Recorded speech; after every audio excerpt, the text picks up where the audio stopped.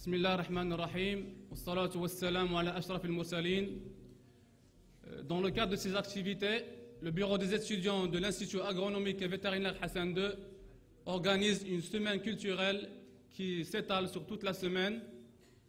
Et cette fois-ci, on a bien voulu que, comme on dit en arabe, que le khitam ou misk. Ce muscle-là, il est un peu particulier.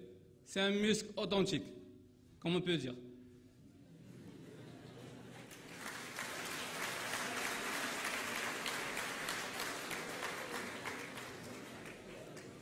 Donc, en collaboration entre le bureau des étudiants de l'école de gouvernance et d'économie et le bureau des étudiants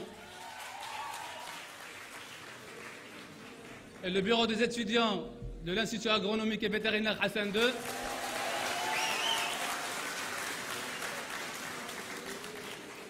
on a l'immense plaisir de vous accueillir chez nous dans une conférence intitulée « Islam et valeurs entre spécificité et universalité ».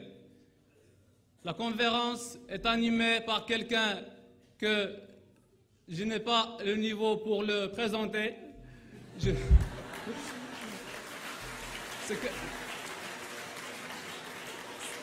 C'est quelqu'un d'une renommée internationale. Il est né à Genève en 1962.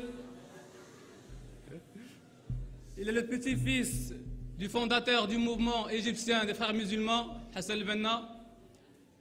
C'est un intellectuel, un philosophe, un savant, on peut dire tout ce qu'on veut.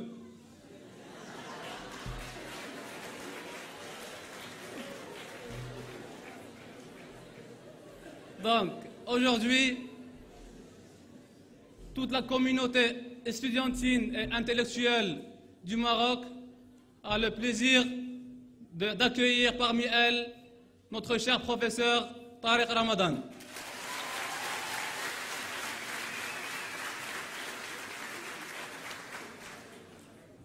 Et la meilleure des choses avec quoi on pourrait commencer est une lecture coranique qui va nous être présentée par l'étudiant Soufiane de l'IAV Hassan II. Donc je vous laisse avec la lecture et après on passera au discours du professeur. Et merci.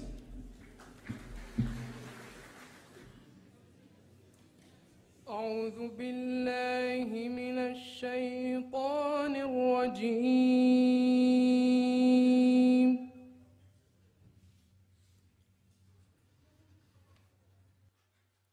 يا أيها الذين آمنوا اتقوا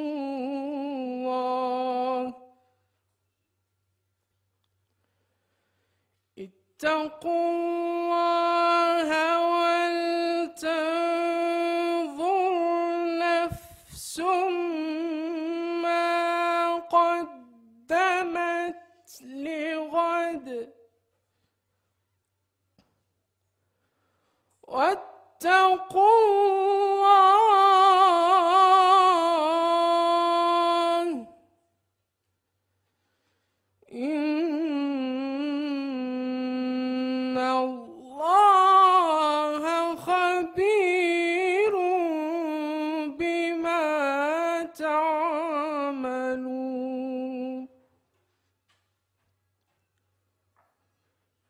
ولا تكونوا كالذين نسوا الله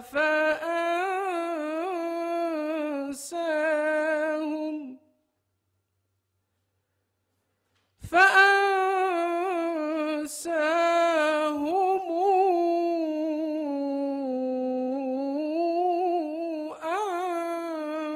أنفسهم أولئك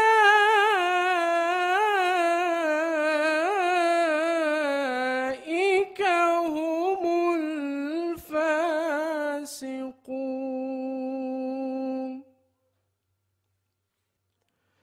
لا يستوي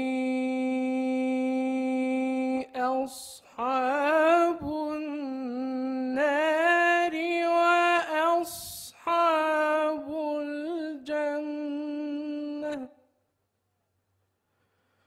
أصحاب الجنة هم الفائزون.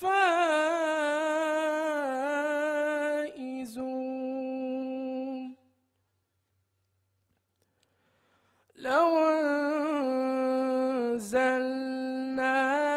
هذا القرآن على جبل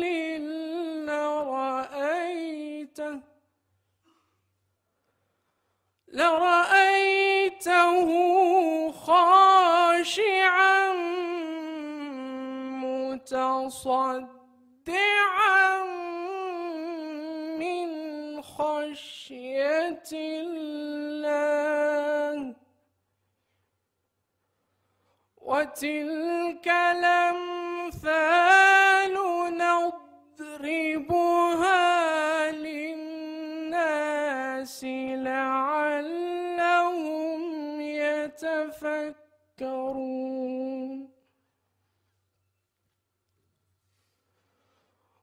والله الذي لا إله إلا هو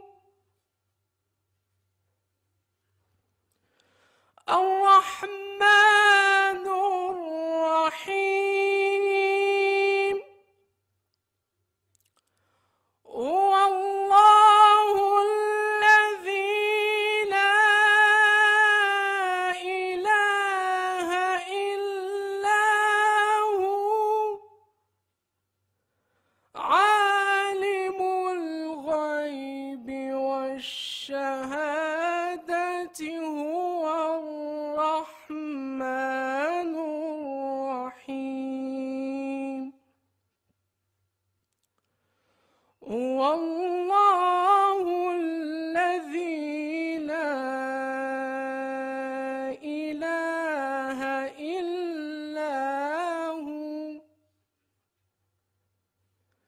الملك القدوس السلام المؤمن المهيمن العزيز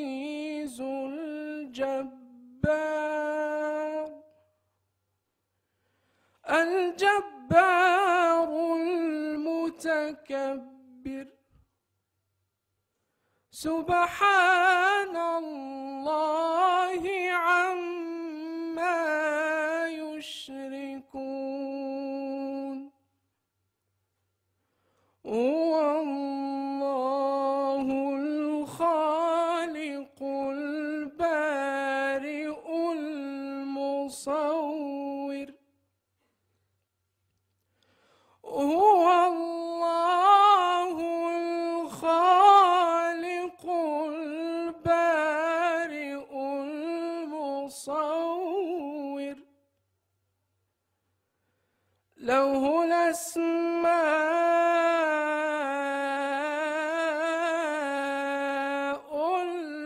الحسنى. يسبح له ما في السماوات والأرض. يسبح له ما في السماوات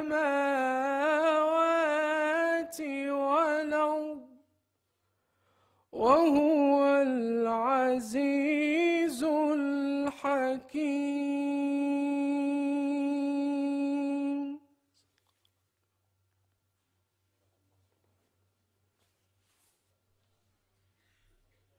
صدق الله العظيم. Mesdames, Mesdemoiselles, Messieurs,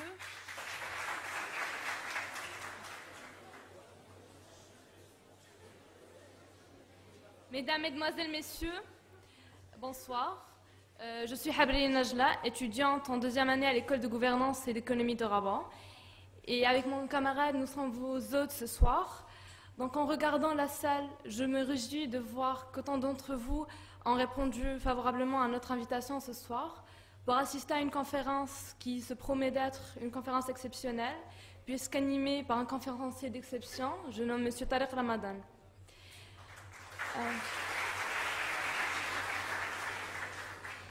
Donc l'événement de ce soir a été organisé en collaboration avec le BDE de l'IAV par le Bureau des étudiants de l'école de gouvernance et d'économie de Rabat, dans la continuité d'une série d'activités pluridisciplinaires dans les domaines culturels, artistiques et sportifs qu'ils organisent tout au long de l'année à l'intention des étudiants de l'école de gouvernance et d'économie de Rabat. Donc une école, pour ceux qui ne la connaissent pas, est une école première en son genre qui propose une formation en sciences politiques, économiques et sociales. Donc en partenariat avec Sciences Po Paris, elle propose une formation intellectuelle fondamentale pluridisciplinaire en sciences politiques, droit, histoire, économie, et un double cursus nord-sud, tout en mettant en évidence le trilinguisme arabe contemporain, français et anglais. Donc nous remercions tout spécialement l'ensemble des étudiants de l'IAV, du BDE et de l'administration de l'IAV, avec qui nous avons si longuement travaillé pour faire de la conférence de ce soir une réussite, ainsi que l'Institut spécialisé de cinéma et de l'audiovisuel. Donc avant de passer à la conférence en tant que telle, j'aimerais, si vous me le permettez, professeur, m'attarder un petit peu plus sur les événements marquants de votre vie.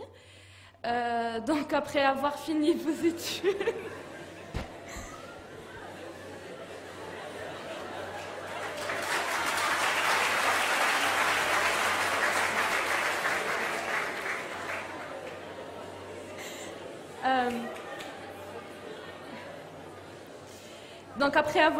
études, en littérature française et philosophie à l'Université de Genève, vous avez choisi d'approfondir vos études en sciences islamiques à l'Université d'Al-Azhar au Caire.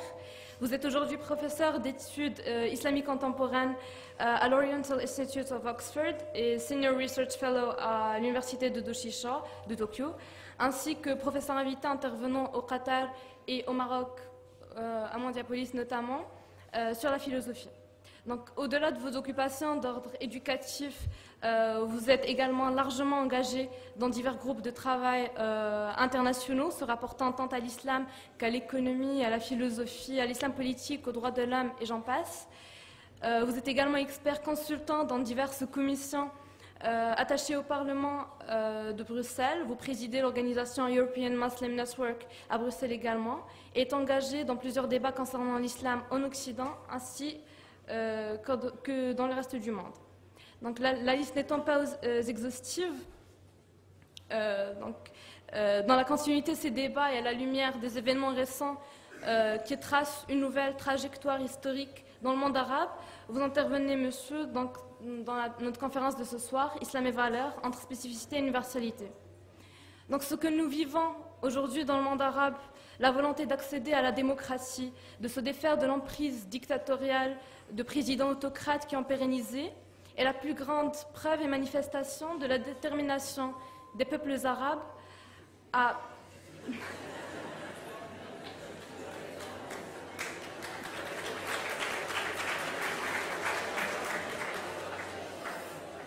Donc, je disais, la manifestation de la détermination des peuples arabes à atteindre leurs objectifs de liberté, de dignité et de lancer des processus de démocratisation réels.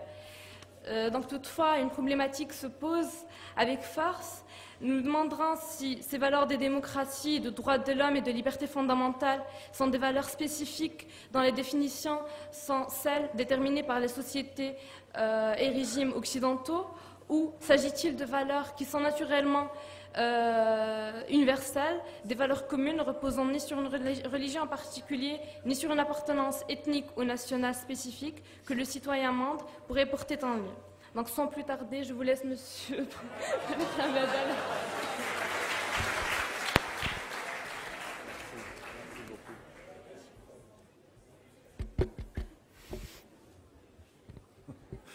أعوذ بالله السميع العليم من الشيطان الرجيم بسم الله الرحمن الرحيم السلام عليكم ورحمة الله وبركاته. Merci infiniment de cette introduction, de cette invitation. J'aimerais saluer en votre nom à tous parce que je crois qu'il faut commencer dans l'ordre protocolaire inverse, saluer avec beaucoup de chaleur et beaucoup de reconnaissance les étudiantes et les étudiants qui ont organisé l'ensemble de cette rencontre. C'est assez impressionnant d'ailleurs quand vous arrivez en voiture de voir toute cette salle à l'extérieur, tous les gens qui sont à l'extérieur, que je salue chaleureusement. Ils n'ont pas la chance d'être avec nous à l'intérieur.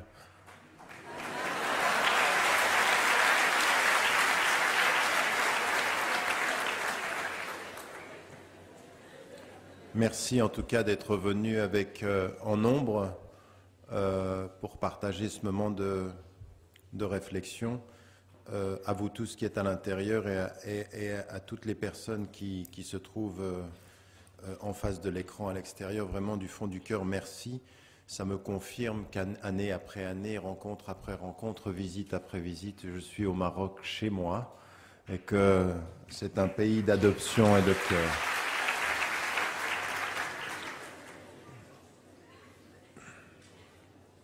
Ayant dit cela, j'aimerais également remercier les autorités de l'université et comme il y a beaucoup de monde et plusieurs personnes qui sont présentes et des institutions qui ont travaillé ensemble pour organiser cette rencontre, j'aimerais également les remercier chaleureusement parce que sans l'aval des autorités académiques, nous ne serions pas là. Et donc c'est également un signe de respect, de reconnaissance, et j'aimerais les saluer de cela. Je vous dis ceci, non, vous n'allez pas commencer à applaudir à chaque fois que quelque chose vous plaît. Je vais même vous dire une chose, j'ai une fatwa personnelle. Et ma fatwa personnelle, c'est que pendant toute la durée de la conférence, j'aimerais que vous n'applaudissiez jamais. Il y en a qui disent « Alhamdulillah ». Vous n'applaudissez pas pour deux raisons. La première, c'est que si à un moment donné, je dis quelque chose qui vous paraît intéressant, vous prenez les 5 secondes qui suivent pour y réfléchir. Parce que si vous applaudissez après que vous ayez entendu quelque chose qui vous intéresse ou que vous avez trouvé intéressant, vos applaudissements rendent votre mémoire plus poreuse. C'est pas bon. Et de mon côté, plus vous applaudissez, plus ça me renvoie à mon ego et c'est pas bon du tout. Donc entre mon ego et votre mémoire, on va se taire. Ouais. Et juste y réfléchir.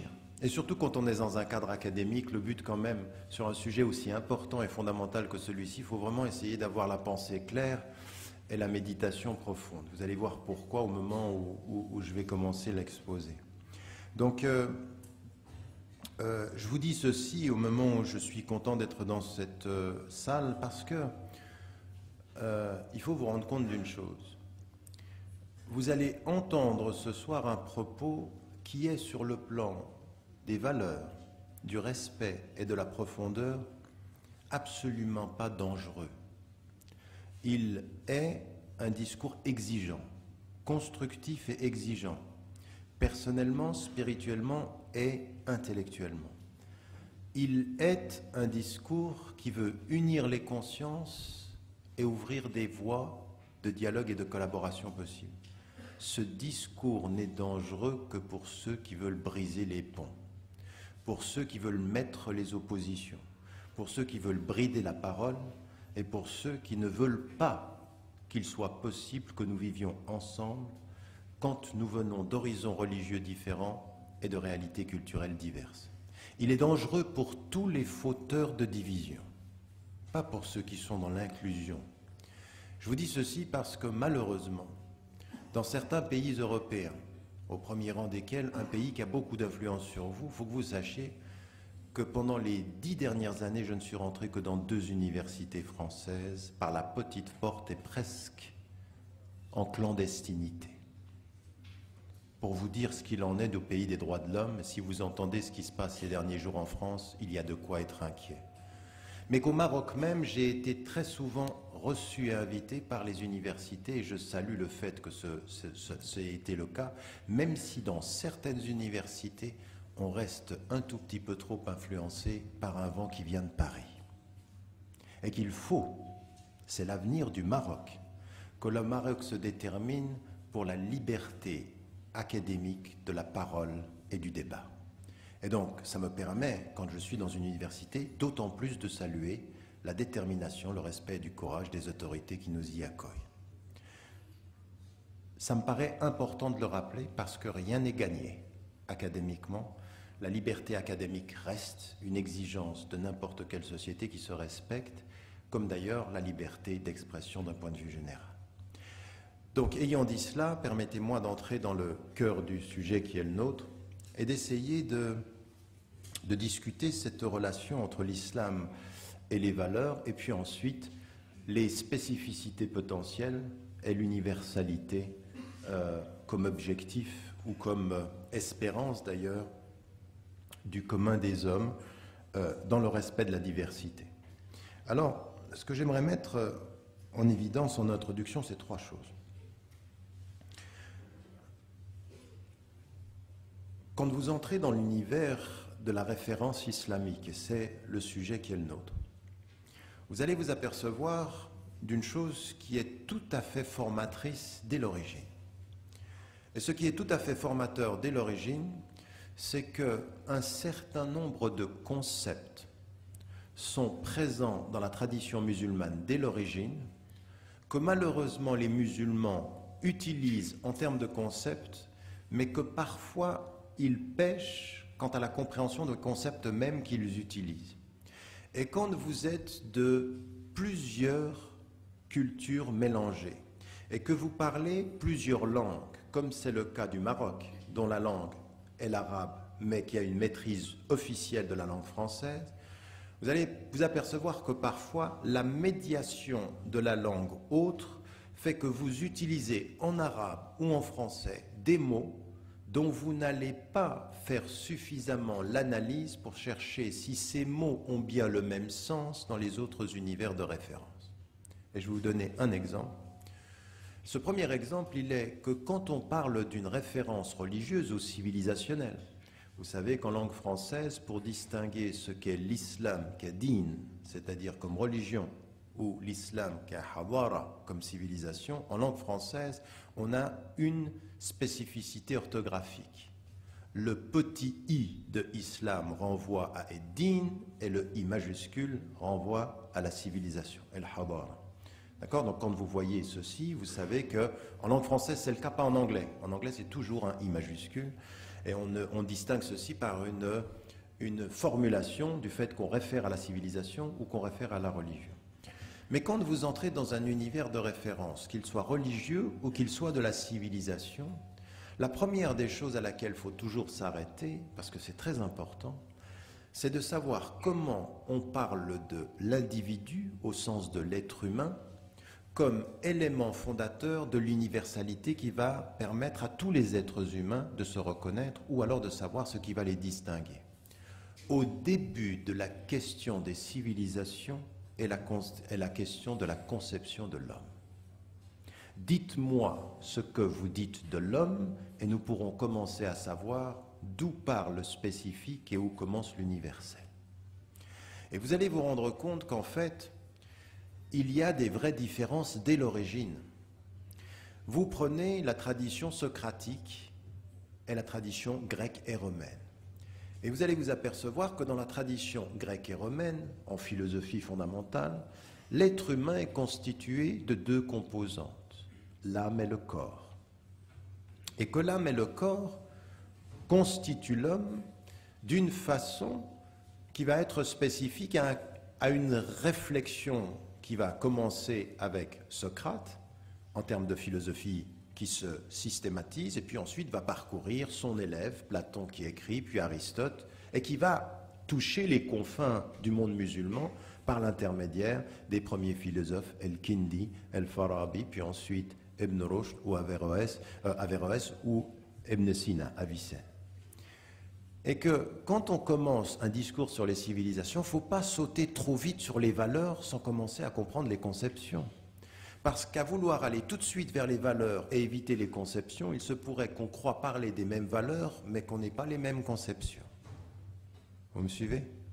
Et donc, je vais vous poser souvent la question, parce que parfois, emporté par le mouvement, ça va vite, donc vous me faites un signe des yeux et je comprends qu'il faut que je répète. Donc, on n'a pas les mêmes conceptions, on saute la question fondamentale de la conception de l'homme. Et là, ce que je viens de vous dire, c'est immédiatement, pour quelqu'un qui n'aurait pas étudié, il se dit, mais oui, en islam, nous avons la même conception. Un homme est constitué d'un corps dans lequel il y a un souffle, ar-ruh, et ce souffle dans le corps va donner un nafs, qu'on peut traduire parfois par âme, par esprit, par souffle, et un nafs, c'est ce qu'on va déterminer comme le concept de l'humain, de l'être humain. Et donc, c'est la même chose. Et si maintenant on fait un petit voyage par une des médiations qu'il y a eu entre les Grecs et les musulmans, la tradition juive et chrétienne, on va s'apercevoir qu'effectivement, dans la tradition chrétienne, la conception de l'homme s'appuie sur deux déterminants, l'âme et le corps. N'est-ce pas? C'est la même chose. En fait, on utilise les mêmes mots. Êtes-vous sûr, après étude, que nous parlons de la même chose? Bonne question. Si vous n'avez pas étudié la philosophie et si vous n'avez pas étudié l'histoire de la pensée et des valeurs, vous utilisez les mêmes mots, mais vous ne vous apercevez pas que la qualification morale des ordres est totalement différente dans les trois ordres dont je viens de parler. En fait, dans les quatre ordres. Elle est différente. Dans la tradition grecque, la position de Socrate est celle-ci. L'âme, qui vient du monde des idées, va être emprisonnée dans le corps. L'âme, par définition, venant du monde des idées, est bonne. Le corps dans lequel va s'emprisonner l'âme est l'expression de la tentation, du désir et de la bestialité potentielle. En d'autres termes, les deux composantes de l'être sont qualifiées moralement. L'âme, c'est le bien, le corps, c'est le mal. Et donc, ce que doit faire le philosophe, c'est dégager de son corps le bien qui est l'âme pour pouvoir trouver la liberté dans la rationalité proche de la vérité. Oui? Tout ce que je viens de dire a utilisé les mêmes mots que l'islam, mais l'islam s'oppose complètement à cette conception. Complètement. Dans la tradition chrétienne, on utilise les mêmes termes, mais il y a une autre dimension, c'est que va être intégré au catéchisme, au rapport chrétien, une dimension fondamentale, c'est celle du péché originel. Il n'importe pas, au fond, de savoir si l'âme est bonne ou le corps est bon, puisque le péché originel porté par Adam et Ève va être celui qui va se traduire sur toute l'humanité. C'est ce qu'on appelle le péché originel. L'homme, par essence, est pécheur.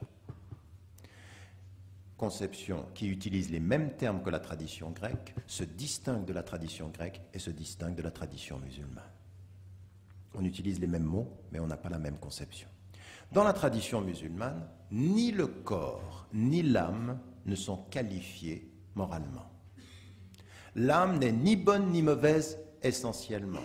Elle le deviendra selon la conscience humaine. Le corps n'est ni bon ni mauvais. Raison pour laquelle, dans la tradition musulmane, à aucun moment l'expression du corps n'a été qualifiée moralement comme mauvaise dans aucune circonstance. Ça va même plus loin, puisque le prophète ﷺ va surprendre ses compagnons quand il va leur faire comprendre qu'un acte sexuel vécu et expérimenté dans l'ordre de la morale est comme une prière pour celui qui va le vivre. Et pourquoi cela? Parce que le corps n'est pas connoté moralement comme étant mauvais. Votre corps n'est pas mauvais et votre âme n'est pas bonne en soi. Et nafs, ce qui va être l'expression, elle peut être ammaratum bissou. Elle peut commander le mal. Elle peut être lawama, dans la tension entre le bien et le mal. Wal mutma'inna, elle peut être en paix. Qu'est-ce qui va déterminer qu'une âme sera soit sous le commandement du mal, soit dans la tension entre le bien et le mal, soit dans l'expression de la paix intérieure? Qu'est-ce qui va commander que le corps puisse être soit dans la bestialité du mal, soit dans l'expression de la prière, jusque dans la sexualité qui prie. Qu'est-ce qui va le commander? La conscience humaine. La conscience humaine. Donc, contrairement à la tradition grecque, nous n'avons pas de qualification des ordres. La seule chose qui va qualifier qu'une chose est bonne ou mauvaise, c'est le choix que l'individu en fera. En d'autres termes, l'usage par la conscience de sa liberté. C'est la liberté qui dit la responsabilité, et c'est à partir de la responsabilité qu'on dira si c'est le bien et le mal. Vous avez le choix. Alors c'est une formidable expression de la non-qualification des êtres.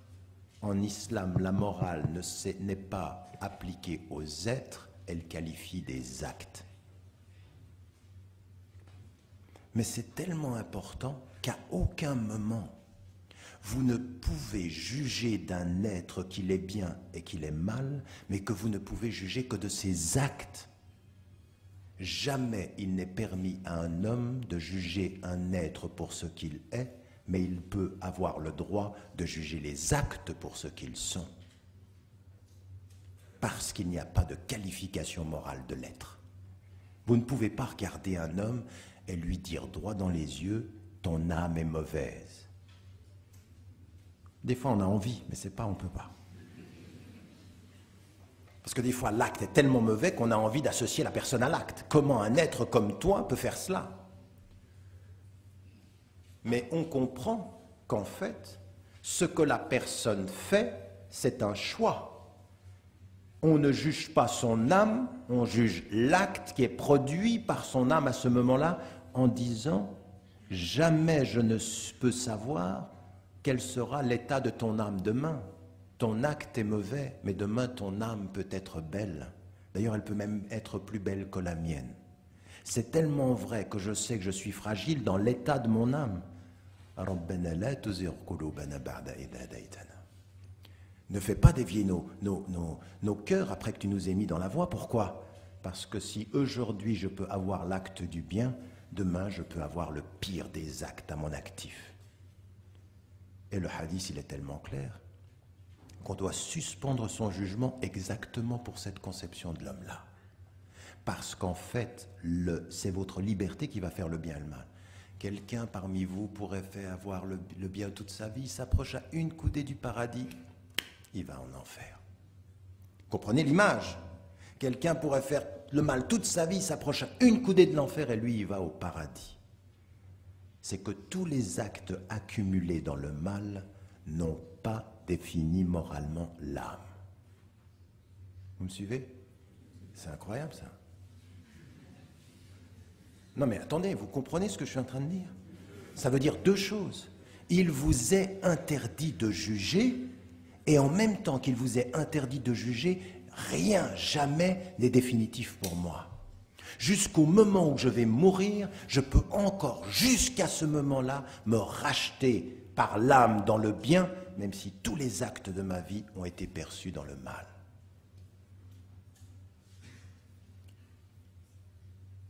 Vous voyez qu'on a commencé par utiliser les mêmes mots, mais ce n'est pas du tout la même conception. C'est une conception extrêmement positive de l'homme, très positive. Très positive, mais en même temps très exigeante. Elle a le positif de son exigence. Parce qu'au bout du compte, ça veut dire, toi tu ne peux pas me juger, mais moi je ne pourrais pas me défiler. Je ne pourrais pas. Je ne pourrais pas, en face de mon miroir, dire c'est à cause d'eux ou à cause de lui. On est responsable de ce qu'on est et un jour, regardez, l'exigence va jusqu'à cette dimension très très importante de la responsabilité dans la conception de l'homme.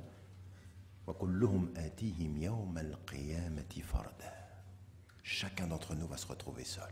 Et à ce moment-là, chacun rend compte de ce qu'il a fait de sa liberté.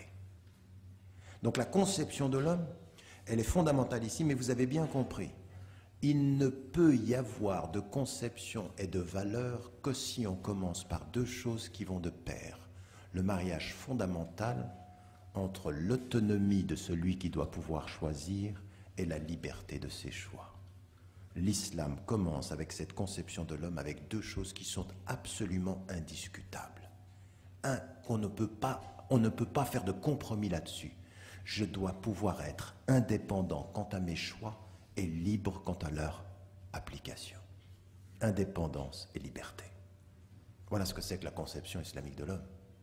Ce qui veut dire que je n'ai pas de péché originel, jamais je ne pourrais me mettre derrière l'idée qu'un péché m'habite, non.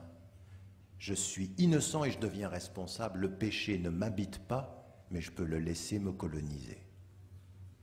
Ça dépend de ce qu'il y a dans ma tête, ça dépend de ce qu'il y a dans mon cœur. D'un autre côté, cette dimension que même avec le corps je peux faire le bien et même avec l'âme je peux faire le mal. Ça veut dire de regarder tout son être, tout son corps et de savoir apprécier ceci.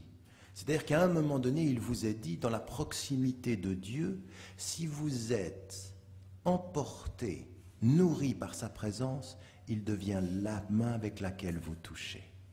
Donc il devient l'oreille avec laquelle vous entendez, les yeux avec lesquels vous voyez, les mains avec lesquelles, même les pieds. Regardez le rapport au corps, c'est-à-dire l'expression d'une proximité spirituelle par la gestuelle physique. Ça se voit dans vos mains, ça se voit dans vos yeux. Simahum fi wujuhihim min athari sujud. Et ça, il y en a certains qui prennent ça au premier degré. Il y a un signe sur leur visage par la pratique du... Alors, ils regardent s'il y a une tache. La tache, elle dit que vous vous êtes prosterné. Mais ce que veut dire le verset, ça n'est pas la tache qui le prouve physiquement, c'est la lumière qui l'exprime. Il y a des visages qui expriment une lumière de la prosternation, parce que cette lumière de la prosternation, elle dit leur liberté. Oui, elle dit leur liberté. Dieu n'est jamais aussi proche d'un être que quand il est prosterné. Apparemment proche du sol, fondamentalement proche du ciel. Vous me suivez? Ça, c'est vraiment là où tout commence. Et moi, je n'ai pas envie d'entrer dans un débat des civilisations, des valeurs, où on serait loin de ces choses-là d'abord, parce que ça, c'est vraiment les racines. Parce que moi, vous savez, j'ai étudié la philosophie occidentale, on utilise les mêmes mots, puis après, à un moment donné, on se dit, mais c'est pas la même chose qu'on dit, donc il faut étudier. Quand certaines personnes vous disent, oui, mais Ibn Rushd, Averroès, il est comme la tradition occidentale, vous dites, mais même ça, vous ne l'avez pas compris parfois. Parce que Ibn Rushd, il n'est pas simplement un philosophe de la raison, il est un juge des textes. Il produit des avis légaux, des avis juridiques. C'est un homme qui est un juge. Donc il est très très imprégné du rapport à la révélation. Mais ça, on l'a enlevé, comme s'il n'était que la raison qui s'approchait de l'Occident. Comme si pour entrer en Occident, il fallait entrer par la voie de la raison et laisser à la porte tout ce qui a à voir avec la révélation. Non. On a fait entrer dans la mémoire occidentale la moitié d'Averroès. On l'a coupé en deux. On a dit, cette partie, elle nous va, celle-là, elle nous va moins. Et le malheur, c'est que les Marocains, les Égyptiens, les Tunisiens, les Algériens, les musulmans à travers le monde, ils ont accepté ça. Même Averroès, ils ne le lisent pas. Alors eux, du coup, parce que l'Occident a fait rentrer une partie, eux, ils ont jeté les deux. Par complexe. Nous sommes des complexés de notre tradition. Parce que nous réagissons émotivement. Quand l'Occident accepte trop, on se dit, ça doit être louche. Alors on jette tout. Et quand l'Occident refuse, parfois on garde tout parce qu'on se dit, ça doit être bien. Nous sommes aliénés parce que souvent nous revenons à notre tradition par réaction à ce que d'autres font de nous. Or celui qui s'assume, il n'attend pas de l'autre qui lui dise qui il est, il cherche qui il est et il parle à l'autre de là où il est, en ce qu'il est, pour ce qu'il est, avec ce qu'il espère. Ça, ce sont la démarche essentielle. Et j'aimerais bien que vous compreniez qu'on commence par la conception de l'homme et puis maintenant on va entrer. Vous avez entendu les versets qui ont été justement récités de belle façon maintenant. Quelque chose de tout à fait impressionnant. Ce qui est tout à fait impressionnant, c'est qu'en fait, il y a une gradation spirituelle dans ces versets. Oui?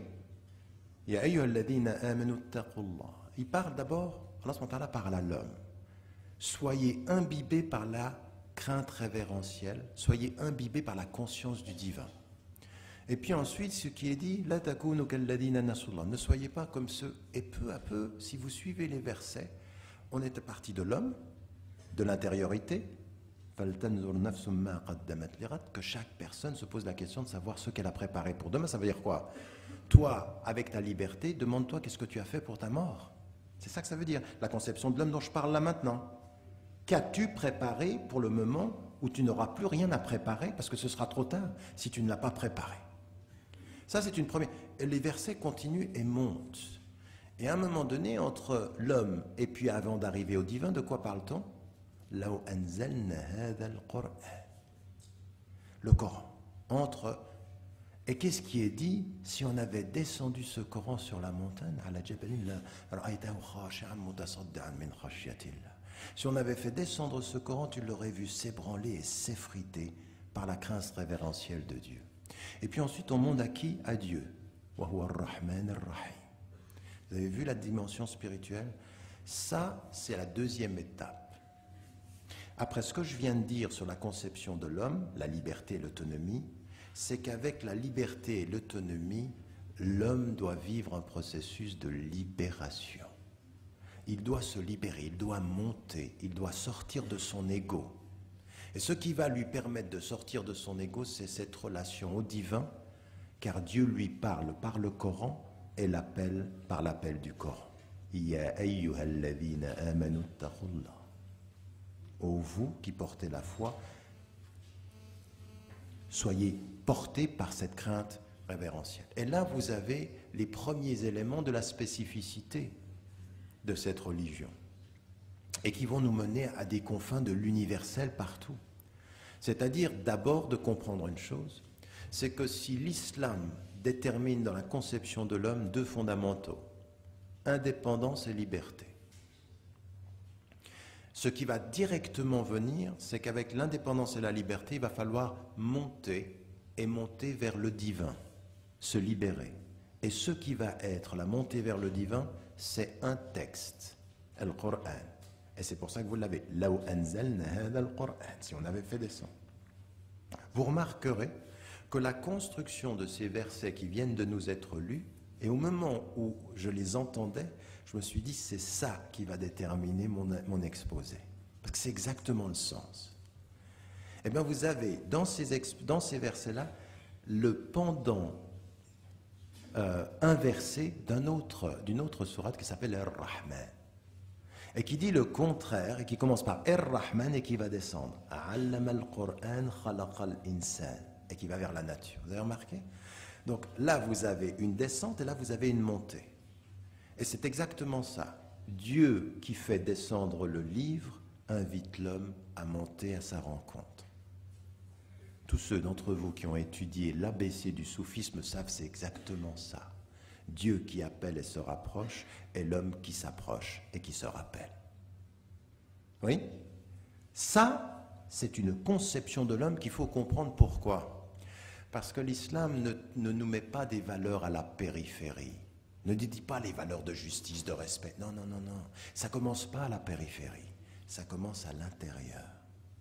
Tout ce qui a été dit, respect, justice, liberté, fraternité, avant que ce soit collectif, il faut que ce soit individuel. C'est une conception de l'homme qui dit vous n'atteindrez la liberté collective que si vous avez conscience de ce que c'est que la liberté individuelle. Et la liberté individuelle, elle ne vous est pas donnée dans la passivité, elle se gagne. Elle se gagne. C'est une lutte. Oui, vous devenez libre par un travail sur vous-même.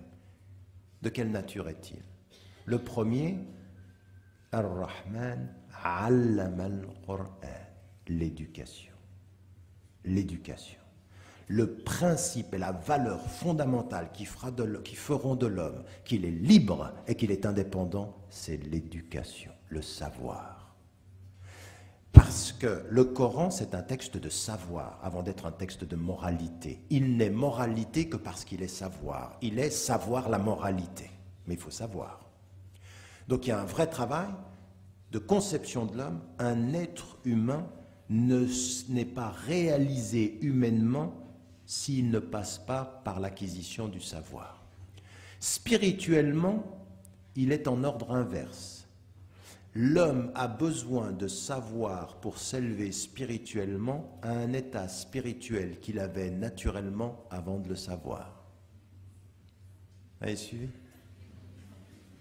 Ça, c'est tellement important. Quand vous êtes papa et maman, oui, et que vous regardez vos enfants, il faut quand même vous rendre compte d'une chose. Ils ont un état spirituel naturel que vous avez perdu. C'est pas simplement, c'est la fitra bien sûr, mais c'est plus que ça. C'est qu'en fait, un enfant, avant d'avoir la conscience, est en prière perpétuelle sans le savoir. Il est innocent et élu, raison pour laquelle le prophète alayhi salam a vu les enfants de ses ennemis au paradis.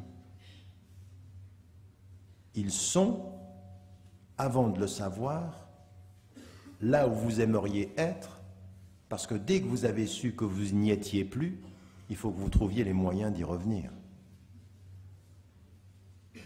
Vous comprenez que et-taklif et le mukallaf, pourquoi dans toutes les sciences islamiques on dit et le mukallaf, c'est-à-dire l'homme, la femme, à partir du moment où elle a conscience, elle doit prendre en charge sa liberté et son indépendance pour s'approcher spirituellement de l'être qui lui a donné cette conscience et qui lui avait donné cette proximité quand il est un enfant sans conscience. Oui? Nous devons retrouver en conscience l'état de cette spiritualité, de cette proximité avec Dieu. Retrouver par la conscience la proximité que l'on avait enfant sans conscience. Mais on ne peut plus l'avoir sans conscience si on ne s'éduque pas et qu'on ne fait pas un travail sur nous-mêmes. Donc vous comprenez le lien qu'il y a entre la conception de l'homme que je viens de vous expliquer, qu'on n'est pas qualifié, il faut qu'on travaille. On va devenir bon ou on va devenir mauvais, et donc on va faire un travail par la conscience, et ce travail-là va être d'abord très intime. Avant qu'il y ait des valeurs universelles collectives, il y a des valeurs universelles de l'intime.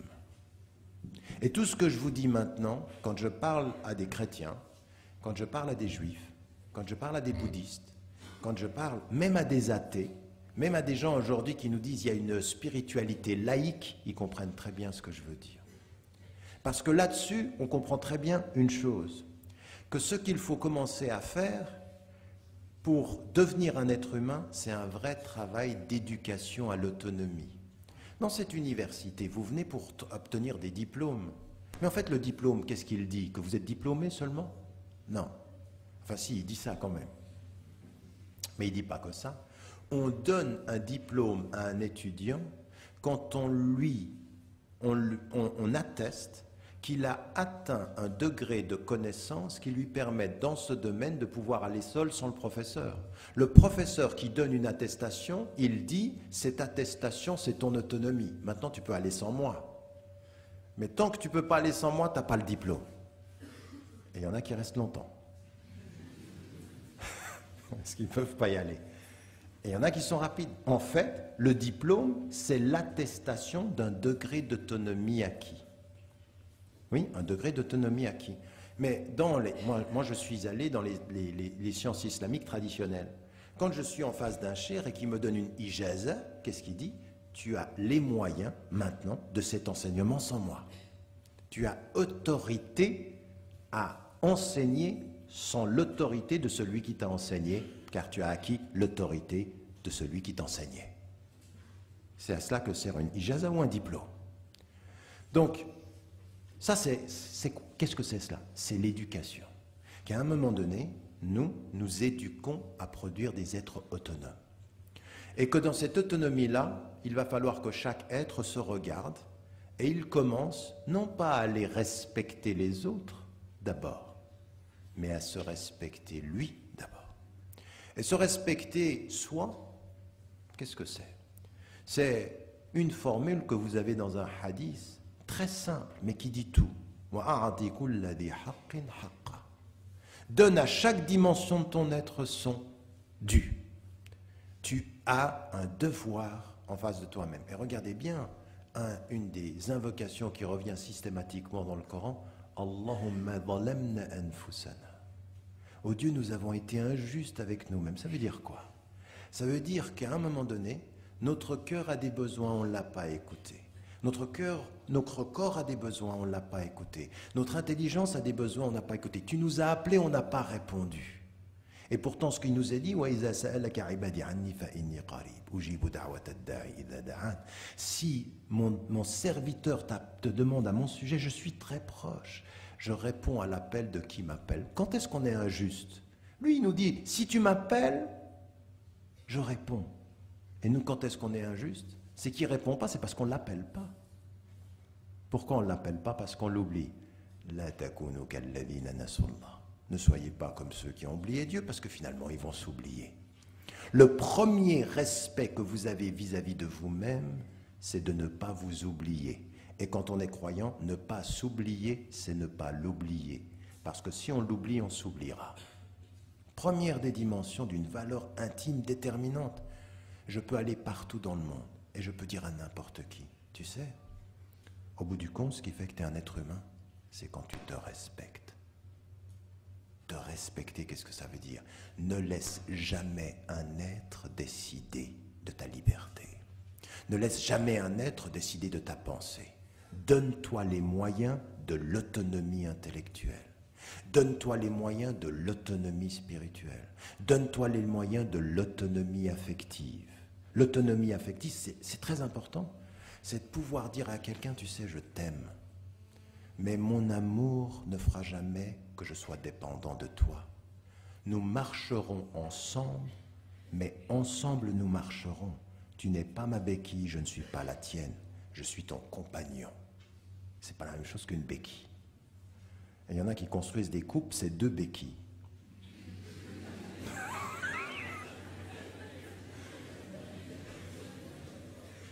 Je pensais à personne. C'est vrai, non? C'est vrai. Attention.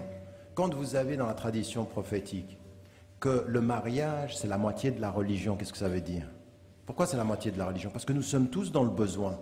La moitié, c'est qu'est-ce qui va me compléter, qui va me permettre d'être autonome. L'amour que tu me donnes, spirituellement, affectivement et même physiquement, qu'est-ce qu'il fait? Il répond à des besoins qui feraient que sans toi, j'aurais besoin de béquilles, mais avec toi, je n'en ai plus besoin. Tu n'es pas une béquille qui m'aide à marcher avec une béquille, mais tu es l'être qui me permet de ne plus avoir besoin de béquilles. En d'autres termes, l'autre est le moyen de mon autonomie. Et c'est ça qui est tout à fait le secret de la vie. Qu'est-ce que c'est? Le secret de l'amour, qu'est-ce que c'est? C'est d'avoir un autre qui nous permette, avec l'autre, de ne pas être dépendant de lui et de pouvoir être autonome de tous. Le véritable amour, je ne suis pas dépendant de toi, mais je suis autonome de tous. Cherchez l'âme sœur.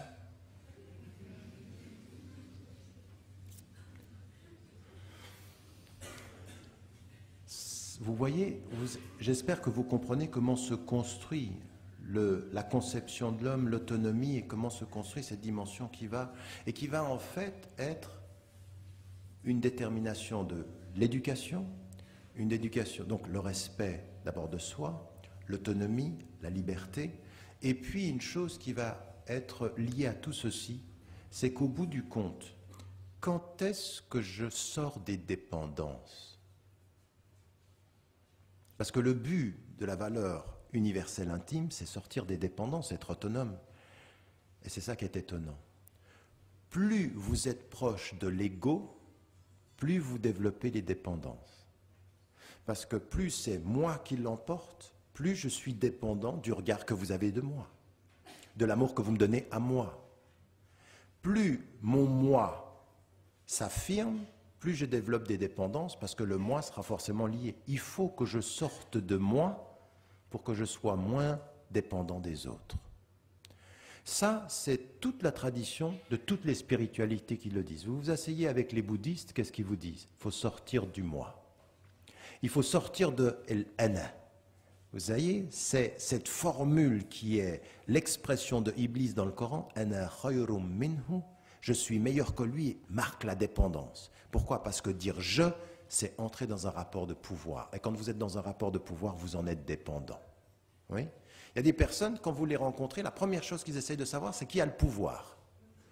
Il y a des gens qui vivent leur couple comme ça. C'est qui a le pouvoir. Et il y en a certains, parmi les hommes, qui n'ont même pas envie de discuter, parce qu'ils se disent, le verset, il a répondu. Ar-rijalu qawwamuna 'ala an-nisa. Tais-toi. Et là, il faut parfois prendre les frères et leur dire, tu as peut-être mal compris le verset. Oui, que l'homme a autorité sur les... Vous voyez ce que je veux dire?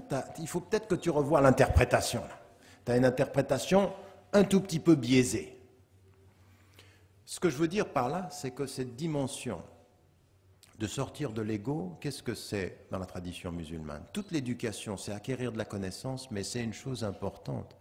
C'est cette dimension qui va passer d'Ammaratum Bissu et tout ça, c'est Tazkiyat al-Nafs. C'est un travail de purification. Et on travaille sur le... On commence à maîtriser le jeu et à en sortir. Vous voyez ce travail-là? Ça, c'est l'universel intime. Et quand vous êtes ici au Maroc, plutôt que de simplement vouloir discuter avec l'Occident, à la périphérie de nos valeurs, revenez à une discussion de cela. Ici, ça, cette dimension-là. Moi, je vis au cœur de l'Europe. Et je peux vous dire une chose, souvent on m'amène à discuter à la périphérie de nos valeurs communes. Mais ce n'est pas ça qui m'intéresse. Est-ce qu'on n'est pas d'accord, au bout du compte, qu'il faut faire un travail de sortir des égos? Parce que les égos, ils imposent justement des rapports à soi-même qui sont très superficiels, qui nous emprisonnent. L'ego est une prison. Et là, Socrate a raison. Là, Socrate a raison. Quand le je s'enferme dans le corps, parfois c'est une prison. Le corps peut devenir notre prison. Le cœur peut devenir notre prison. Et dans notre tradition, tout ce qui nous est donné, c'est de sortir de ce rapport de l'ego, se libérer de l'ego. Parce que ce qui nous a été dit, pourquoi au bout de tout ce processus-là, on arrive à Dieu? Parce qu'il est dit dans le verset, louange à Dieu au-delà de tout ce qu'il m'associe. Oui, c'est ce qui est dit. Amma yushrikun, tout ce qui m'associe. Quelle est la première dimension du shirk en islam? Quelle est la première manifestation de la dépendance qui ne vous libère pas vers l'un, mais qui vous associe à d'autres? C'est le je. La première dimension du shirk, c'est moi. Puis ensuite, si le moi devient protubérant, il va y avoir avec lui plein de petites idoles. Pas les idoles de la Mecque qui étaient visibles, mais les idoles du cœur qui sont invisibles, et elles sont plus invisibles, dit le prophète, que la reptation d'un insecte, d'un tout petit insecte dans une nuit sombre. Ça colonise votre cœur. Vous voulez que je vous donne des exemples? Oui, dis-moi. Votre rapport au pouvoir. Un autre exemple? Votre rapport à l'argent. Un autre exemple? Votre rapport à l'apparence. Tout ça, ce sont des choses qui forment des dépendances. Quand l'argent a pris de la place dans votre cœur, vous êtes dépendant d'en gagner. Vous connaissez la formule de Jacques Brel? Vous connaissez Jacques Brel? C'est halal d'écouter Jacques Brel, certaines chansons. Et on va se dire, on a une fatwa pour écouter Jacques. Certaines chansons, j'ai dit. C'est Youssouf Islam. Vous savez que Youssouf Islam va venir vous voir bientôt, Cat Stevens. Et lui, ce qu'il avait fait, après qu'il avait chanté, il était allé voir des ulama et il avait pris toutes ses chansons avec les textes et il s'était assis avec les ulama et il dit, voilà le texte de la chanson, c'est halal ou c'est haram. Il était allé loin, lui, parce que quand le cheikh lui disait c'est haram, il ne prenait pas l'argent et quand on lui disait c'est halal, il dit ça va, alhamdoulilah. Mais c'est important, vous savez, ce souci éthique, savoir où est-ce que je vais, quelles sont les limites. Eh bien, Jacques Brel, il dit dans une chanson, l'argent n'a pas d'odeur, mais pas d'odeur nous monte au nez. Oui, ça nous prend.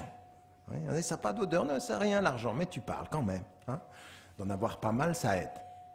Certains qui disent, l'argent ne fait pas le bonheur, oui, mais quand même.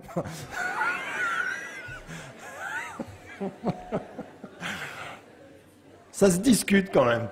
Bref, Mais ce rapport, vous me suivez là? Ce rapport c'est tout un processus où l'ego, ou des choses qui vont avec, le pouvoir, l'argent, l'apparence, et toute cette intime universelle, c'est si vous êtes dans une société de consommation, comme nos sociétés aujourd'hui, ça commence là, la question des valeurs. C'est que c'est dans l'intime qu'il faut commencer à travailler. C'est là où on se respecte d'abord.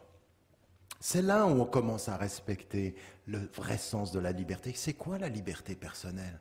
La liberté personnelle, c'est uniquement de pouvoir parler et dire ce que je pense. Non, avant de dire ce que je pense, il faut que je sache si je pense. Et si c'est moi qui pense. Et si ce que je pense, ça vient vraiment de moi. Vous comprenez ce travail-là fondamental de l'autonomie? Parce que certains, ils ont des diplômes. Je vais vous dire une chose, ça fait 25 ans que je suis dans l'enseignement. Maintenant, bientôt 30 ans que je suis dans l'enseignement, je peux vous dire une chose. J'ai vu des élèves qui ont été diplômés à répéter ce que le professeur avait dit. Oui, c'est des diplômés qui répètent. Et donc, en l'occurrence, la vraie autonomie intellectuelle, c'est de penser par soi-même. Et ça, c'est une vraie question. Dans la tradition musulmane, l'universel commence dans l'intime, ils ne connaissent pas la périphérie, de ce processus de libération, de cette spiritualité. Et c'est ça qui vous est dit, attention, on va faire descendre de poids, des paroles lourdes. Mais qu'est-ce que c'est ces paroles lourdes? C'est que ce que je suis en train de vous dire là, vous êtes en train de vous asseoir et vous dire, c'est beau ce qu'il dit. Ah, c'est masha'Allah. Je n'avais pas vu ça comme ça. Mais il faut le voir comme ça, il faut commencer à le voir comme une vraie exigence de vie. Ce n'est pas facile ce que je suis en train de dire. C'est une vraie exigence. Parce que si on veut ne pas devenir dépendant de la consommation, dépendant de l'argent, dépendant du pouvoir, il faut travailler à se libérer des dépendances. La vraie question spirituelle et universelle de « Avez-vous étudié le degré de vos dépendances ?» Oui, le degré de vos dépendances. Quand vous vous levez le matin et que vous vous regardez dans un miroir et que vous vous dites « je pourrais être plus beau, plus belle », là commence la dépendance. Plus beau et plus belle pour qui?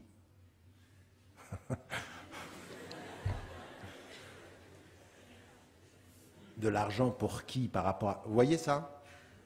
Bon, ça m'amène à dire, et ça m'amène à l'autre stade, parce que je voulais commencer par là, parce que c'est des dimensions qui sont tellement importantes. Vous savez, il y a une formule qui est mal comprise par beaucoup de nos coreligionnaires, par beaucoup de musulmans. Il y a une formule que les savants des mufassiroun, mais aussi les ulama ont étudiée, qui dit « Inna ad-din 'inda Allahi al-Islam ». La religion auprès de Dieu, c'est l'islam. Alors certains qui prennent littéralement le verset et qui disent, ils vont vers le chrétien, ils vont vers le juif, ils vont vers l'athée, ils disent « Écoute, je suis désolé. Je suis désolé, inna ad-din 'inda Allahi al-Islam ». Ça veut dire, tu es perdu, quoi. Tu n'as que deux choix. Soit tu es perdu, soit tu deviens musulman. Ils n'ont pas entendu ce qui ont été dit par rapport à la compréhension de ça. C'est que l'islam, ici, est le nom générique de l'attitude fondamentale de l'homme par rapport au divin. Et que l'islam d'une époque, ça a été le judaïsme. Et que l'islam d'une époque, ça a été le christianisme. Et que l'islam, ce que ça veut dire, c'est deux choses. C'est la paix et la sécurité. Il faut que tu cherches salamat an-nafs, la paix et la sécurité de l'être. Et qu'au lieu de vouloir t'approprier ceci, ça n'est pas une religion qui t'enferme, mais c'est un processus qui te libère. C'est ça. Inna ad-din 'inda Allahi al-Islam. C'est-à-dire qu'il faut que tu cherches en toi tous ces processus. Alors évidemment, pour le musulman, ce qui va être le parachèvement de cet enseignement, c'est l'islam, comme dernière religion révélée. Mais ça ne veut pas dire que dans les autres traditions, les gens ne puissent pas entendre ce dont on est en train de parler. Qu'est-ce que ça veut dire de se libérer? Qu'est-ce que ça veut dire d'être juste avec son ego? Qu'est-ce que ça veut dire d'être juste avec ses propres autonomies? Que ce qui est demandé à un être humain, c'est sois autonome, sois libre. Ne te laisse pas mener par le petit bout de tes désirs, mais maîtrise tes désirs pour être mené par ta conscience. Oui? Tout le monde comprend ça. Je n'ai pas entendu un être, je n'ai pas rencontré un être, même chez l'athée, quand je lui parle comme ça, qui me dit « je ne comprends pas ce que tu me dis ». Voilà l'universel. Vous l'avez? Je viens d'un chemin spécifique et je trouve l'universel commun. Dans le livre « L'autre en nous », pour développer une philosophie du pluralisme, je prends l'image d'une montagne. Et je dis, au sommet de la montagne, on se retrouve, mais il y a des chemins qui y mènent qui sont différents. Il ne faut pas que celui qui prenne un chemin ait l'arrogance de penser que seul son chemin mène à la montagne. Parce qu'alors là, de nouveau, il monte, mais il est sous l'emprise de son ego arrogant. Oui? Et l'arrogance, c'est, attention, c'est la première des choses. C'est la première faute, c'est l'arrogance. Et la deuxième des fautes, c'est l'oubli. Et on devient arrogant quand on oublie. Oui? Donc, cette dimension, elle va être un processus qui est très important. Et j'aimerais que dans notre débat sur ce qui nous est commun, on comprenne ça. Parce que si j'ai une espérance pour le Maroc, et pour les Marocains, comme pour les Nord-Africains, comme au Moyen-Orient, comme dans le monde majoritairement musulman, c'est pas qu'on aille vers la démocratisation à la périphérie des systèmes politiques, mais c'est qu'on aille vers les vraies questions de la liberté des individus dans le fond de l'intime, du spirituel et de votre spécificité. N'oubliez jamais, dans vos processus de libération politique, que vous êtes des Marocains avec une culture, que vous avez une religion, que vous avez un être, et qu'au bout du compte, si vous n'êtes libre qu'à la périphérie des systèmes politiques, mais colonisés dans le fond de votre être, vous êtes des colonisés en liberté. Et il n'y a rien de plus dangereux. Des colonisés en liberté. Ils sont habités par les valeurs des autres, mais ils sont libres de penser que ce sont leurs valeurs. Oui? C'est de cela qu'il faut aussi, avec cela qu'il faut se réconcilier. Et ça m'amène à dire ici, à mener à la deuxième étape qui va m'amener vers ma conclusion, c'est, on a dit qu'un des processus, ça allait être le processus de l'acquisition de la connaissance. Et que l'acquisition de la connaissance va nous permettre de sortir de cet égo et puis d'un vrai travail spirituel, c'est-à-dire vraiment, mais attention, la spiritualité, comprenez-moi bien, la spiritualité, c'est de l'exercice intellectuel en action. On est spirituel par l'intelligence aussi. On est spirituel par l'action. C'est quand on donne du sens aux choses et qu'on fait, on se dit maintenant je veux trouver mon autonomie, je veux trouver ma liberté, ma vraie liberté, ce qui me fait moi, ce qui me détermine, la liberté de mon cœur. Souvenez-vous de Abu Hamid el-Ghazali. Abu Hamid el-Ghazali, au XIIe siècle, il écrit un livre qui s'appelle Ihya Ulum ad-Din, la revivification des sciences religieuses. Et il dit, sachez une chose, c'est que jamais votre cœur n'est vide de quelque chose. Il n'y a pas de cœur vide. Le cœur est toujours rempli de quelque chose. Posez-vous la question de savoir de quoi votre cœur est empli. Est-il empli de l'amour qui vous libère ou des dépendances qui vous enchaînent? Oui? De quoi votre cœur est empli? Est-ce que l'être que vous aimez, il vous aide à vous libérer ou est-ce qu'il vous enchaîne? Est-ce que le travail que vous faites, est-ce que l'engagement que vous avez, qu'est-ce que ça produit dans votre quotidien? Et à partir de là, on entre dans la voie collective. Et là, du point de vue de la tradition musulmane, autant il est important que l'individu trouve son autonomie et son indépendance, autant il est, vous savez, dans les sciences des maras, c'est des objectifs de la loi et de la jurisprudence musulmane. Ce qu'on va trouver dans l'intime, on va l'établir pour le collectif. Une société doit respecter comme principe élémentaire et fondamentaux le principe de l'autonomie des êtres et de leur liberté. Une société qui ne donne pas la liberté aux êtres est à l'esprit ce qu'une société qui ne donne pas à manger aux hommes est au corps. L'esprit a besoin de liberté comme le corps a besoin de manger. Il faut qu'on puisse leur donner cette dimension-là. Pourquoi? Parce que si vous êtes privé de liberté collectivement, vous ne pouvez pas assumer votre autonomie. Vous serez un être dépendant, un être soumis à un pouvoir et non pas à la liberté de celui qui a tous les pouvoirs. La hawla wa la quwwata illa billah, c'est ça que ça veut dire. Il n'y a de puissance et de Dieu et de force qu'en Dieu. Ça veut dire il faut que tous les systèmes de pouvoir humain ne préviennent jamais un être d'avoir le pouvoir d'être avec l'être. Et ça, il faut la liberté. Et s'il faut la liberté, il faut l'éducation. Voilà des valeurs qu'on va trouver partout. L'éducation n'est pas simplement un état de transmission du savoir, c'est une valeur en soi. Elle fait l'être humain. L'éducation est une valeur. C'est un principe, une valeur et un objectif tout à la fois. Et vous avez à côté de ceci le principe de liberté dans la société.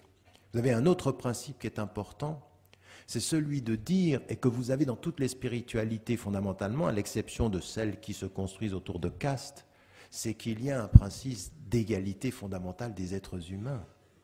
Et ça, c'est aussi déterminant. C'est-à-dire que si je reconnais pour moi la nécessité de me respecter, de m'éduquer, d'aller vers l'indépendance par mes dépendances premières, je dois le reconnaître à tous les êtres humains de la Terre. Il y a un principe fondamental d'égalité. Donc quand on en parle comme ceci, on comprend que collectivement, des valeurs s'expriment qui vont être autour de pôles très importants. 1, le pôle de l'autonomie de l'individu. 2, le pôle de l'éducation. 3, le pôle de la justice. 4, le pôle de la liberté fondamentale, qui doit être celle de... 5, le pôle de l'égalité. Je l'ai dit déjà, l'égalité?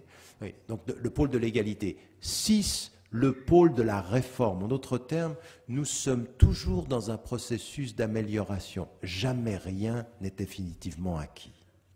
Et c'est le sens du djihad, en fait. Oui, le sens du djihad, c'est que rien n'est définitivement acquis. La première dimension de votre résistance au potentiel aliénation, c'est vous-même. Donc, djihad el-nafs. Le deuxième espace, c'est le djihad à l'extérieur, c'est-à-dire rien n'est définitivement acquis. Vous êtes toujours dans un processus d'éducation. S'éduquer, c'est un djihad. Se libérer, c'est un djihad. La justice est un djihad. La paix est un djihad. Et je dis souvent aux gens, nous avons été colonisés nous-mêmes par une mauvaise compréhension du djihad. Nous avons admis que le djihad pouvait être une voie vers la guerre. Alors que le djihad, c'est exactement le contraire. Le djihad, c'est la nécessité de la lutte pour aller vers la paix. Et salam, c'est la salam at-naf, c'est-à-dire la paix intérieure ou la paix collective. Donc nous avons ici une série de valeurs qui, vous voyez, elles viennent de l'universel intime et s'inscrivent dans l'universel collectif. Mais on comprend qu'on a des voies différentes, on y arrive différemment, mais au sommet on peut se comprendre, si et seulement si. Les musulmans, et vous en particulier majoritairement musulmans, vous ne faites pas de votre religion les bastions de valeurs fermées, mais les chemins d'horizon ouverts. Vous voyez, c'est une façon, c'est une perspective, c'est une façon de se regarder, de regarder ce qu'on est en train de dire. Si on a compris que la religion auprès de Dieu, l'islam, c'est cette dimension-là de trouver la paix, de faire la paix avec soi-même, d'aller vers... Alors là, on commence à parler de l'universel et on commence à pouvoir le faire. Alors ça nous amène à des choses concrètement très importantes. C'est-à-dire que collectivement, comme un être humain doit se libérer de toutes les dépendances, une collectivité doit se libérer de toutes les dépendances. Ce qui m'amène, et ce qui m'a amené à dire en Angleterre comme en France, vous ne venez pas me dire à moi que la colonisation avait du positif. Oui, parce que certains, ils vous regardent et disent « Ah, mais on a construit des hôpitaux. On vous a donné des routes. D'ailleurs, regardez-vous. Quand on était là, c'était mieux. Et vous, en bon colonisé, oui. Ah, oui. Non. La colonisation, par définition, est une présence qui produit de la dépendance, c'est non de fait. Les nations sont faites pour être autonomes sans colonisation. Mais attention, ce n'est pas de colonisation politique comme hier, mais ce n'est pas de colonisation culturelle comme aujourd'hui ou de colonisation économique. Parce que si on s'est libéré politiquement, nous restons dépendants culturellement. Je suis toujours surpris de rencontrer à Rabat et à Casablanca, des femmes et des hommes, on a l'impression qu'ils pensent depuis Paris. Et il dit, moi je suis libre. Et vous lui dites, apparemment. Apparemment. J'ai quelques doutes sur ta liberté. Oui, vous voyez ce que je veux dire? Mais vous souriez parce que vous savez très bien ce que je veux dire. Ça ne veut pas dire qu'il ne faut pas penser parfois comme de bonnes pensées à Paris ou à Londres. Ça dépend comment. Si vous pensez comme certains pensent là-bas, parce que c'est votre pensée que vous l'avez construite, j'ai rien à dire. Mais si vous répétez parce que c'est l'ère du temps des dominants, alors là vous êtes un aliéné. Le dominant vous a colonisé l'esprit Et le dominant qui vous colonise l'esprit est plus fort que le dominant qui colonise votre pouvoir. Parce qu'alors là, il a le pouvoir invisible. Donc, quelle est votre degré d'autonomie intellectuelle? Il y en a certains, même sur le fait qu'ils ne connaissent pas leur religion, ils pensent l'islam par les yeux de ceux qui parlent de l'islam sans eux, parce qu'ils n'ont pas les moyens de leur indépendance intellectuelle. Oui? Et ça arrive ici, ça arrive dans toute l'Afrique du Nord. Et donc il faut, partout, au Moyen-Orient, on voit des esprits aliénés et on se dit, mais de quoi tu parles, des valeurs universelles? Tu ne sais même pas d'où tu arrives, toi, pour ces valeurs universelles. Tu en parles, mais à l'extérieur de toi. Quand tu parles des valeurs universelles à l'extérieur de toi, tu es doublement dans l'ignorance de toi et dans la colonisation de l'autre. Ça, c'est le pire qui puisse être. Et ça vous amène à une chose qui est très importante. C'est pourquoi ce que j'ai dit au départ que c'était votre responsabilité, notre responsabilité. C'est qu'on ne peut pas arriver à ce degré d'autonomie si on ne fait pas le travail, si on ne s'éduque pas, si on ne fait pas un travail sur son histoire. Dans quelle mesure êtes-vous des Marocains qui portez l'histoire de ce pays? Dans quelle mesure êtes-vous des musulmans qui portez les principes qui vous fondent? Dans quelle mesure vous êtes des Marocains, musulmans ou chrétiens ou juifs qui parlez d'une culture que vous portez, d'une histoire que vous comprenez et d'une espérance que vous voulez traduire? Avez-vous les espérances d'ici ou des espérances de là-bas? Des vraies questions, ça. Mais elles commencent, comme je l'ai dit, sur la conception de l'homme, sur des choses qui sont fondamentales. C'est-à-dire, on commence par se respecter en disant, attendez, nous on parle de liberté et on parle d'autonomie. Et pourquoi je vous dis cela? Parce que c'est quand on réintègre ces dimensions-là, qu'on sait parler de respect, quand on sait parler de dignité, quand on sait en parler avec ses mots à soi, avec son histoire à soi, avec ses références à soi, on ne va pas tomber dans le piège de ce qu'on nous dit aujourd'hui, par exemple, sur ce qu'on nous parle du printemps arabe. Et je vous promets, quand vous êtes en Occident et que vous entendez certains discours, vous dites, ouh là là, on est loin là. Ils n'ont vraiment pas entendu les peuples et ils ne les ont pas compris. Pour beaucoup, ils ne les ont pas compris. Première chose qu'on nous dit, dans le monde arabe, on a le choix entre les dictateurs, attention, ou les islamistes radicaux. Vous avez entendu ça? Moi, alors, pendant 3 semaines, c'était la question. Je pouvais même dire avant le journaliste, je dis, vous allez me poser cette question, je l'anticipe si vous voulez. Vous voyez, parce que c'était ça. Mais ça veut dire quoi? Qu'est-ce que veut dire cette pensée-là? Mais attention, parce que je l'ai entendu en Occident, mais je l'ai aussi entendu au Moyen-Orient, de gens qui ont complètement assimilé le discours dominant, c'est-à-dire, comme je vous l'ai dit. Et quand on parle des valeurs et qu'on cherche les spécificités, c'est de dire, attendez, mais moi je viens aux valeurs de liberté, de dignité, de justice, même de démocratie, à partir de mon référentiel. Ne me faites pas perdre mon référentiel pour me donner l'impression que je suis comme vous. J'ai un référentiel, et ce référentiel, il m'a appris l'autonomie et la réflexion libre. Et alors, qu'est-ce qu'il y a derrière cette idée que dans le monde musulman, on est entre ces deux pôles? D'abord, un regard binaire très simpliste. Et vous savez, c'est encore le regard colonial. Le regard colonial a ceci de particulier, c'est qu'il simplifie les colonisés. Il les simplifie, il les sépare en deux, les bons et les mauvais. Et puis quand il n'y a pas de bons, c'est 2 fois les mauvais. La dictature ou... Et donc la seule chose qui est bonne, c'est nous. Et quand les jeunes, même ici, au Maroc, ou dans le monde arabe en général, se sont exprimés pour la liberté et tout ça, on dit, ah, des valeurs occidentales, ils veulent comme nous. En fait, ils veulent ce que nous avons. Et tout à coup, le référentiel islamique, on l'enlève. Ils parlent comme nous, c'est comme nous. Si vous entendez le grand philosophe transnational, international et cosmopolite qu'est Bernard-Henri Lévy, qui a capitalisé l'ensemble de ça, il est en train de dire, mais ils veulent comme nous. Vous aurez remarqué qu'au moment où on parle de ces valeurs-là, c'est comme s'il ne fallait pas dire que quand même c'était des sociétés majoritairement musulmanes. Et que de là où vous êtes, si vous êtes sérieux avec qui vous êtes, c'est de dire ces valeurs-là, mais sans nier le fait qu'on n'agit pas contre l'islam, mais notre islam bien compris nous pousse à revendiquer ces valeurs-là. C'est de là où nous sommes que nous portons cela, pas de là où vous êtes que vous comprenez que nous vous ressemblons. Nous arrivons au sommet de la montagne, mais nos chemins sont différents. Mais ça, c'est tellement important que si vous ne comprenez pas ça, à ce moment crucial de l'histoire, vous êtes dans un discours et un dialogue tronqués. Parce que certains ont envie de vous faire dire que vous êtes pour la démocratie, que vous êtes dans l'économie de votre référentiel. Vous comprenez ce que je veux dire? Il faut que vous vendiez d'où vous venez pour prouver que vous y êtes arrivé. C'est la pensée des colonisateurs. Et qu'à un moment donné, cette pensée de colonisateur, excusez-moi du peu, elle n'est pas loin, elle est même complètement raciste. Elle est ethnocentrique, européocentrique. C'est nous et vous, vous venez à nous.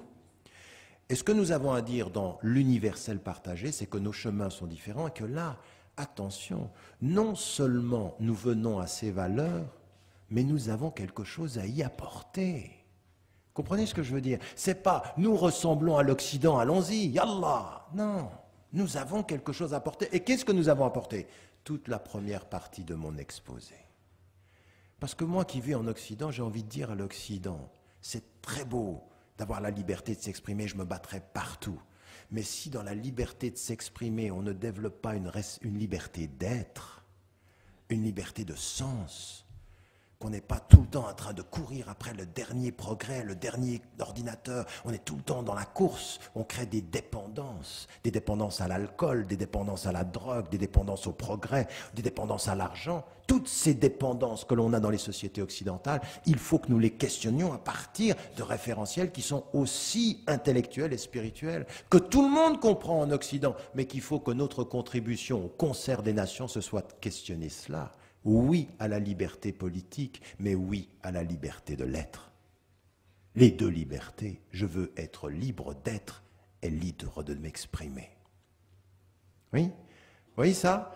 C'est aussi des contributions au débat d'aujourd'hui. Et pas simplement dans l'exotisme, parce qu'aujourd'hui, toutes ces réflexions, elles sont dans l'exotisme. On a aujourd'hui de l'exotisme sur ces questions-là, le bouddhisme, le soufisme islamique. On veut un nouveau type de... Attention, non. Il faut qu'on soit sérieux sur ces questions-là. Quelle est notre contribution? Et quand dans le monde arabe, vous voyez que par exemple, il y a quelqu'un qui a dit « Attention », vous savez, j'ai écrit un texte sur mon site, vous le retrouverez si vous y allez. C'est très simple, parce que certains me disent « Tu parles toujours de ton site, tu ne dis pas où c'est », c'est tarikramadan.com. J'ai écrit un texte qui s'appelle les vendredis de la liberté. Et je voulais vraiment insister sur les vendredis de la liberté. Pourquoi? Parce que le vendredi, des femmes et des hommes vont prier. Et ils vont prier Dieu, donc c'est un acte religieux. Et au moment où ils capitalisent cette réunion, ils la transforment en revendication de liberté. Et ce que je voulais dire en Occident, et je voulais dire aussi aux musulmans, il n'y a pas à renier le fait qu'on se réunit le vendredi, puisque de ce vendredi, nous allons de la prière aller vers quelque chose qui est la revendication de la liberté politique. C'est-à-dire que nous ne renions pas le référentiel, mais nous le transformons en position positive sur la liberté sociale et politique. Pourquoi faudrait-il que nous disions « nous ne prions pas pour montrer que nous sommes dans la liberté politique ». Mais non, on peut marier les deux, si et seulement si. On est vraiment dans ce processus. Et là, les personnes qui l'ont fait, ils l'ont fait avec une démarche qui était totalement positive. Et quand on a vu, parce qu'on a vu quelqu'un qui dit à une émission de télévision qui disait « Non mais attention ». Ils se sont réunis dans Midan et Tahrir, dans la place de la Libération, mais quand même, à un moment donné, ils ont prié. Attention. Attention, quand même. Elle dit oui, ils ont prié, et ça devrait vous réjouir, parce qu'ils prient et se libèrent. À partir de là où ils sont, ils peuvent se libérer. Mais pas simplement ça. Ceux qui ont prié à Midan et Tahrir étaient entourés par des Coptes qui les ont protégés et qui disaient « l'Égypte, c'est nous, Coptes et musulmans ensemble au nom de la même liberté ». Si seulement on entendait ça, et on a eu de la peine à entendre ça. Oui. Et donc, ce qui est important pour nous, c'est de venir avec ces positions-là et de pouvoir dire, attention, maintenant, dans ce qu'on appelle le printemps arabe, il faut que nous nous positionnons dans ces réalités-là et que chaque pays parte de ses réalités à lui, à partir de ce référentiel-là et qu'on parte de ces réalités. Le Maroc n'est pas l'Algérie, qui n'est pas l'Égypte, qui n'est pas la Tunisie. Personne n'imposera au Maroc un cadre politique particulier, mais par contre les Marocains ont la responsabilité collective de poursuivre le travail de réforme et de démocratisation. Ça, c'est votre travail, à l'intérieur du cadre qui est celui, et ça, c'est des valeurs qu'on partage avec tout le monde. Maintenant, Le modèle dépendra des Marocains, les principes dépendent de tous. Oui, la liberté, c'est la même pour tous. Mais le modèle, il sera là. Mais il faut aller jusqu'au bout. Il faut accompagner le modèle jusqu'au bout. Ne laissez personne manipuler les mobilisations pour la liberté. Ou les récupérer. Ça ne sera pas facile. Rien n'est acquis dans aucun pays majoritairement musulman. Ni en Égypte, ni en Tunisie, ni nulle part. Ça va être difficile, ça va être long. Mais moi, ce que j'aimerais qu'on comprenne, c'est que ce qu'on appelle nos valeurs à partir du référentiel musulman, elles sont basées de cet intime au collectif et que c'est ça qu'il faut revendiquer en sachant qu'il se pourrait qu'à l'époque moderne, notre contribution en tant que musulmans, ce soit la réaffirmation des réalités de l'autonomie personnelle et collective, de ces luttes contre les dépendances intellectuelles et spirituelles. Oui, toute cette démarche-là, réconcilier l'homme avec les questions fondamentales, non pas simplement des libertés périphériques, mais des libertés fondamentales. Non pas simplement de la justice périphérique, mais de la justice fondamentale. Qu'au bout du compte, on comprenne une chose, ne l'oubliez jamais. Ne l'oubliez jamais parce que c'est très important et ça m'amène à ma conclusion, ce sont mes derniers mots. Vous savez, on a montré ces mobilisations uniquement comme des mobilisations politiques. On voulait la liberté d'expression. Et il y a eu de ça. Mais il y a une chose qu'il ne faut pas oublier. Pendant 1 année et demie, avant que Mohamed Bouazizi qui s'est immolé, pendant 1 année et demie, le prix du pain en Tunisie a été multiplié par 4. Et qu'en fait, à un moment donné, il s'est en face de la survie. Et que l'homme qui ne refuse qu'on déplace ce qu'il vend, vous savez, parce qu'on l'a déplacé, il a été maltraité par un policier, il se sent touché dans sa dignité d'homme. Et il n'en peut plus. Il est dans l'ordre de la survie et il met un terme à sa vie. Et plutôt que de condamner, parce que certains ont dit le suicide est interdit en islam, haram. Franchement, je vais vous dire une chose. Et moi, j'ai étudié avec des gens que je respecte énormément, des savants que je respecte énormément. Mais je peux vous dire une chose, j'ai vu des savants musulmans clairement se mettre du mauvais côté de l'histoire. Vraiment. Quand des gens qui étaient sur Midan et Tahrir leur disaient « Sortez d'ici, c'est contre l'islam », ils disent « Mais tais-toi. Au moins tais-toi. Tu peux représenter un gouvernement, d'accord, mais tais-toi. Tu ne vas pas nous faire une fatwa sur le caractère haram de demander la liberté. » C'est comme certains de nos institutions musulmanes, il y avait des jeunes dans les banlieues françaises qui demandaient plus de droits, et il y a des institutions musulmanes, ils ont dit c'est haram de manifester. Mais tais-toi. Qu'est-ce que c'est haram de manifester? Qu'est-ce que c'est que ces fatwas qu'on a qui sont directement liés par des pouvoirs au moins qu'on se taise, au moins qu'on ne dise rien, qu'on n'instrumentalise pas la religion pour donner un caractère halal ou haram à des mobilisations. Après, s'il y a des actes qui sont, d'accord, on pourra le dire, mais là, des gens ont manifesté pour la dignité. Et il y a une chose que j'aimerais vous dire, c'est qu'à un moment donné dans ces sociétés, et ça, c'est là le début de l'effet domino part de quoi? Pas de revendications strictement politiques, mais de revendications de dignité par rapport à la pauvreté, qu'on ne peut pas continuer à traiter les peuples comme ça. Ils voulaient une dignité, et que le début de la dignité, c'est de lutter contre la pauvreté. Ben, j'aimerais vous dire une chose, quand vous regardez le monde musulman maintenant, ici au Maroc, comme en Égypte, comme en Libye, comme en Mauritanie, comme dans tous les pays, même dans les pétromonarchies, eh bien, vous avez quelque chose qui est indigne de notre religion. Indigne.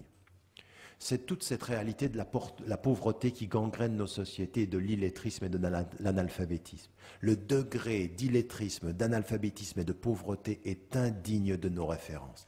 Alors plutôt que de simplement parler de la liberté d'une élite, il faudrait parler de la justice pour tous et comprendre que les mouvements ont commencé là. Et que c'est aussi ça qu'il faut dire à l'Occident. Plutôt que de nous dire, quand ils vont être libres, ils vont coloniser, ils vont envahir l'Europe. Vous avez entendu Marine Le Pen qui descend à la Perouza, qui leur dit « Je vous aime bien ». Elle dit ça aux Tunisiens. « Je vous aime bien, j'aimerais bien pouvoir vous accueillir. Mais la France ne peut pas vous accueillir. » Elle vient récupérer le mouvement en essayant d'expliquer aux Français qu'il faut bloquer les frontières. Et que ce que nous, on a besoin de dire, c'est à tous nos gouvernements. Allez au bout des réformes, mais n'oubliez jamais la pauvreté. Nous ne serons jamais en paix collectivement si nous entretenons la pauvreté collectivement.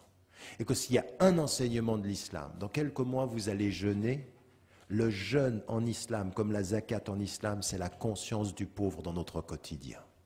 Il n'y a pas d'islam sans proximité avec les pauvres, la justice vis-à-vis des pauvres. Ça n'existe pas. L'islam est venu libérer les gens de la pauvreté et asseoir dans la conscience des riches la nécessité de soutenir les pauvres. Ça, c'est une démarche déterminante. Et c'est ce qu'on doit dire aussi à l'Occident. Le jour où vous ferez en sorte que les sociétés du Sud aient moins de pauvres, plus d'éducation, alors les gens resteront là. Ils resteront dans le Sud. Mais à force de vouloir leur esprit, à vouloir leur matière première et à ne pas travailler à installer les peuples dans le bien-être là où ils sont, vous récupérerez la monnaie de votre pièce. Et la monnaie de votre pièce, il est normal, quand on entretient la pauvreté au sud, que les gens aillent voir au nord. Si vous étiez dans le sud, vous feriez la même chose. Vous voyez, ce discours-là est un discours aussi qui responsabilise tout le monde. Et au bout du compte, ce qui m'intéresse dans les valeurs et dans nos spécificités, comme dans nos caractères communs, c'est que nous cherchions toujours à nous responsabiliser et pas forcément à chercher des coupables. Le début du dialogue, c'est le dialogue des responsables et non pas le rejet des coupables. Et ça, c'est aussi notre démarche positive. Je vous ai dit, le message de l'islam est un message très positif, exigeant mais positif. Soyons, avec nos valeurs, exigeants et positifs. En nous disant une chose, pour terminer, tout est toujours possible. Tout est toujours possible. C'est les derniers mots du livre que j'ai écrit qui s'appelle « La réforme radicale », en disant, quand vous êtes dans la confiance du divin, sachez que tout est toujours possible. On peut avoir l'impression que rien ne changera, et pourtant, ça change. Wallahu a'lam wa a'la wa ahkam, wassalamu alaykum wa rahmatullah.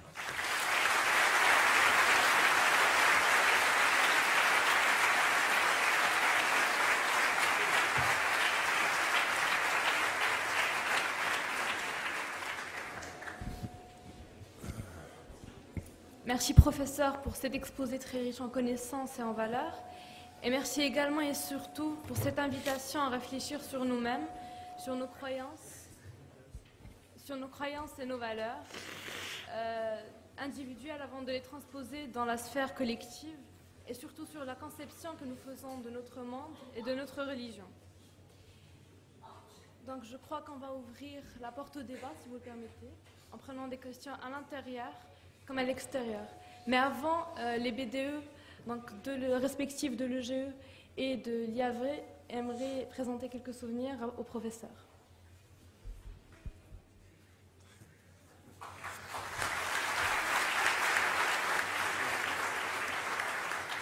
Un petit parole avant l'association des étudiants du bureau des élèves de l'école de gouvernance et d'économie. Merci. Merci beaucoup. C'est très gentil.